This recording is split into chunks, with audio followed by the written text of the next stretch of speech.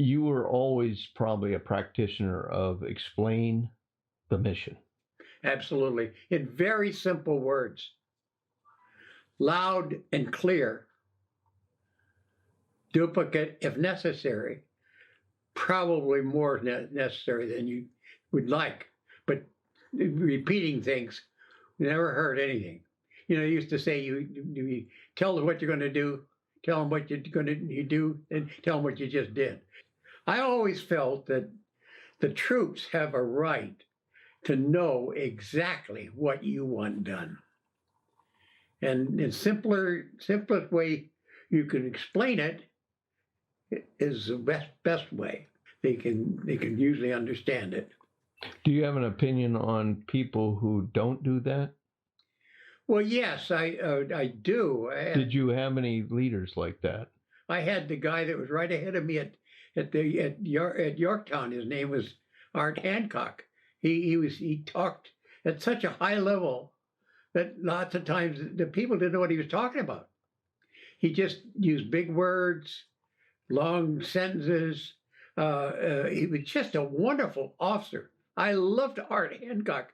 He was a great leader from a standpoint of he was a good pilot. He took responsibility, but he just talked at too high a level. I think he felt that it was showing his intellect, and maybe it did, but that wasn't what you need when you're trying to get people to do stuff.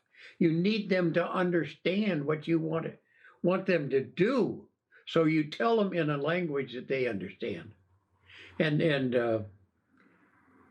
Well, there was one difference between Art and I. He talked intellectually above his troops sometimes, and that was too bad. In fact, I was his boss at headquarters, and sometimes he would have a new idea, and he'd call me up, and he'd explain it to me, and I'd say, Art, I don't understand what you're talking about. You know, I mean, I just don't see what you want. And then he would back off and restate some of his statements, and then, oh, okay, now I'm beginning to see what you want, okay? Lots of times I would agree to let him have what he wanted, but I didn't understand it until he put it into terms that I could understand. And that's what, I'm maybe a simple soul, but it worked for me to keep the message simple.